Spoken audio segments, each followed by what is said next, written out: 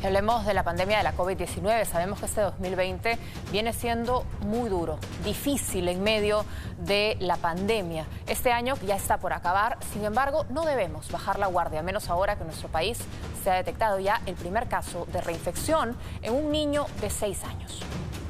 A 9 meses del inicio de la pandemia, nuevos casos de reinfección se han presentado en distintas partes del mundo. Hong Kong, Estados Unidos, Bélgica, India, Ecuador y Brasil. Hoy nuestro país no es ajeno a esta realidad que nos pone en alerta.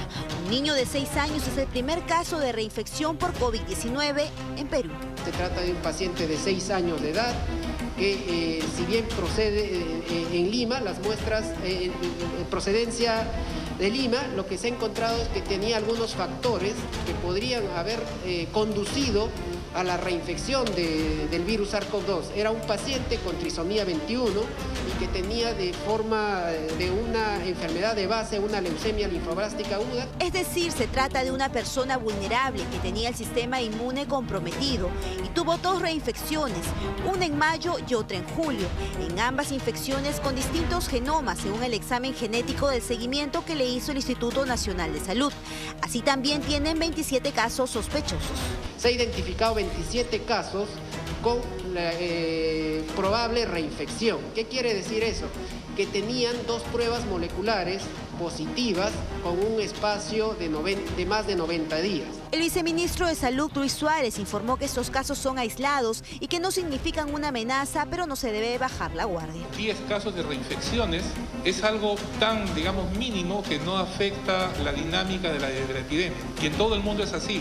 Las reinfecciones son rarísimas, o sea, entre millones de casos, tener algunas cuantas reinfecciones no implica ningún riesgo. Así el viceministro precisó que en Lima y Callao casi el 40% de personas se han infectado de COVID. Sumados los dos, 39.3% de la población tiene ya anticuerpos para el COVID-19. 39.3%. 39.6% en Lima y 36.1% en el Callao. Cuando lo vemos por género, por sexo, masculino 33.2% y femenino 45.2%. Es decir, según este estudio del Instituto Nacional de Salud, las mujeres se expusieron más que los hombres. El viceministro también informó que el nivel de contagio en las zonas de mayor pobreza alcanzan el 50% y en el estrato más alto la cifra de contagio llega al 13.1%.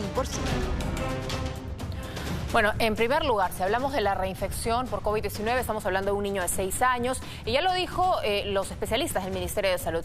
Cuando hablamos de una persona reinfectada, cuando luego de las pruebas, 2 pruebas moleculares, esta da positivo con 90 días de diferencia. Es decir, si dentro de 90 días una prueba molecular, ambas en este plazo salen positivas, estamos hablando de casos de reinfección, porque no es que puedes estar 3 meses con COVID-19, enfermo con la enfermedad activa propiamente dicha. Eso no tiene nada que ver con los anticuerpos. Entonces, hay otros casos sospechosos. Nos tenemos que preocupar porque significa que nos dio una vez y nos puede volver a dar, por supuesto. Pero independientemente de si nos ha dado o no nos ha dado, la pandemia sigue entre nosotros, está vivita y coleando y tenemos que seguir manteniendo todas las medidas de cuidado, de distanciamiento social, de mascarilla que hemos practicado en estos 9 meses. No nos podemos olvidar todo lo aprendido, todo lo avanzado y retroceder.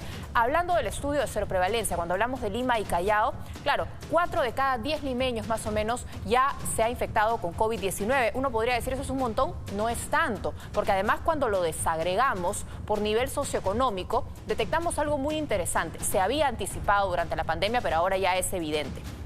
Según el nivel socioeconómico, cuando ha sido bajo, la seroprevalencia es mayor, es decir, que hay más gente contagiada que está en los estratos económicos medio bajo, bajo, extrema pobreza incluso. ¿Por qué? Porque esas son las personas que no podían hacer aislamiento, que no podían darse el lujo, porque era un lujo quedarnos en nuestra casa, poder estar con todas las medidas de distanciamiento, tenían que ir a vivir del día a día. Entonces, al no poderse quedar en su casa, este grupo ha sido más infectado. ¿Cuál es el riesgo ahora? ¿Quiénes podrían principalmente contagiarse? Los del nivel socioeconómico alto, que son parte de la población vulnerable.